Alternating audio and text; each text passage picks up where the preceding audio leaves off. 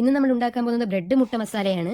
അതിനായിട്ട് നമ്മളിപ്പോൾ 8 ബ്രെഡ് എടുത്തിട്ടുണ്ട്. നമ്മളിപ്പോൾ ഗോതമ്പിന്റെ ബ്രെഡാണ് എടുത്തിരിക്കുന്നത്. നിങ്ങൾക്ക് ഏത് ബ്രെഡ് വേണോ യൂസ് ചെയ്യാം. നമ്മൾ ചെറുതായിട്ട് അരിഞ്ഞു വെച്ച ഒരു സവാളയും 2 പച്ചമുളകും എടുത്ത് വെച്ചിട്ടുണ്ട്. അതുപോലെ തന്നെ നമ്മൾ 4 മുട്ട ഇതുപോലെ അതിനാവശ്യമായിട്ടുള്ള ഉപ്പ് ചേർത്ത് കലക്കി വെച്ചിട്ടുണ്ട്. അപ്പോൾ ഇതും നമുക്ക് ആവശ്യമായിട്ടുണ്ട്.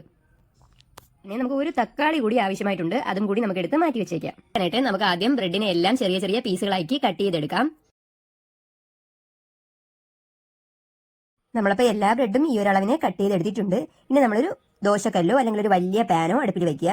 അതൊന്ന് ചൂടാകുമ്പോഴേക്കും നമുക്ക് ബ്രെഡ് അതിലേക്ക് ഇട്ട് കൊടുത്ത് ബ്രെഡിനെ ഒന്ന് ഫ്രൈ ചെയ്തെടുക്കുക. ചെറുതായിട്ടൊന്ന് ചൂടാക്കി എടുത്താൽ മതിയാകും.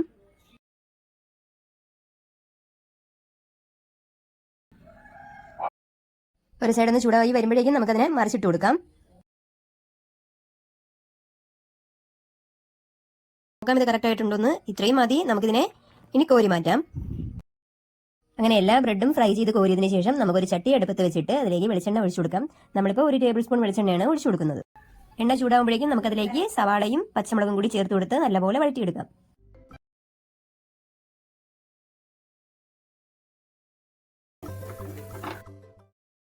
ഇനി ഇതിലേക്ക് ഒരു 1/4 ടീസ്പൂൺ ഉപ്പ് കൂടി ചേർത്ത് കൊടുക്കുക. ഒരു സമയം ഇതിനാവശ്യമായിട്ടുള്ള പൊടികൾ ചേർത്ത് കൊടുക്കാം. 1/4 ടീസ്പൂൺ മഞ്ഞൾപ്പൊടി, ഒരു 3/4 ടീസ്പൂൺ കാശ്മീരി മുളക് പൊടി കൂടി ചേർത്ത് കൊടുക്കാം. സാധാരണ മുളക് പൊടിയാണെങ്കിൽ 1/2 ടീസ്പൂണൊക്കെ മതിയാകും. പൊടികൾ ഇടുന്ന സമയത്ത് തീ കുറച്ചിടാൻ പ്രത്യേകം ശ്രദ്ധിക്കണം. ഇനി ഇതിന്റെ പച്ചമണം മാറ്റിയെടുക്കുക.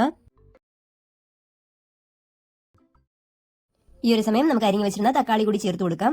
നമ്മളൊരു വലിയ തക്കാളിയാണ് ചേർത്തിരിക്കുന്നത്. നിങ്ങൾക്ക് ഇത്രയും തക്കാളിയുടെ ചുവ ഇഷ്ടമില്ലെങ്കിൽ ചെറിയ തക്കാളി എടുത്താൽ മതി. തക്കാളിയും കൂടെ ചേർത്തിട്ട് അതുകൂടി വഴറ്റിയെടുക്കുക. ഈ ഒരു സമയം ഇതിലേക്ക് ഒരു സ്പേസ് ഉണ്ടാക്കിയിട്ട് കലക്കി വെച്ച മുട്ട അതിലേക്ക് നമുക്ക് ഒഴിച്ചു കൊടുക്കാം. എന്നിട്ട് ഉടനെ തന്നെ ഇളക്കി കൊടുക്കണ്ട, കുറച്ച് സമയം അങ്ങനെ തന്നെ നിൽക്കട്ടെ. ഇനി ഇത് നമുക്ക് നല്ലപോലെ ഇളക്കി കൊടുക്കാം. ഈ ഒരു പരുവാകുമ്പോഴേക്കും നമുക്കിതിലേക്ക് ബ്രെഡ് ചേർത്ത് കൊടുക്കാം. ഈ ഒരു സമയം തീ നല്ലപോലെ കുറച്ചിടണം. ഇനി കൂട്ടുമായിട്ട് നല്ലപോലെ മിക്സ് ചെയ്തെടുക്കണം. നമ്മൾ ആക്ച്വലി ഇങ്ങനെ മിക്സ് ചെയ്യുമ്പം ബ്രെഡ് പൊടിഞ്ഞു പോകാതിരിക്കാൻ വേണ്ടിയിട്ടാണ് ആദ്യമേ തന്നെ നമ്മൾ ചൂടാക്കിയെടുത്തത്. ഇനി ഈ മുട്ടയെല്ലാം ഒന്ന് വെന്ത് കിട്ടട്ടെ. മുട്ടയൊക്കെ വെന്ത് ഇതിപ്പോൾ കറക്റ്റ് പരുവായിട്ടുണ്ട്. തക്കാളി ഒന്നും വെന്തുടയാൻ പാടില്ല.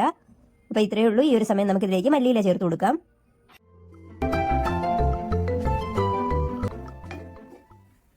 മല്ലിയിലയും കൂടെ ഇട്ടതിന് ശേഷം നല്ലപോലെ മിക്സ് ചെയ്ത് കൊടുക്കുക. ഇത് രാവിലെ ബ്രേക്ക്ഫാസ്റ്റ് ആയിട്ടും കുഞ്ഞുങ്ങളുടെ ലഞ്ച് ബോക്സിലും ഒക്കെ കൊടുത്തയക്കാൻ പറ്റുന്ന നല്ലൊരു വിഭവമാണിത്. അപ്പോൾ ഇത്രയേ ഉള്ളൂ. ഇത് കറക്റ്റ് പരുവായിട്ടുണ്ട്. നമുക്ക് തീ ഓഫ് ചെയ്ത് കൊടുക്കാം. അങ്ങനെ നമ്മുടെ ബ്രെഡ് മുട്ട മസാല റെഡി.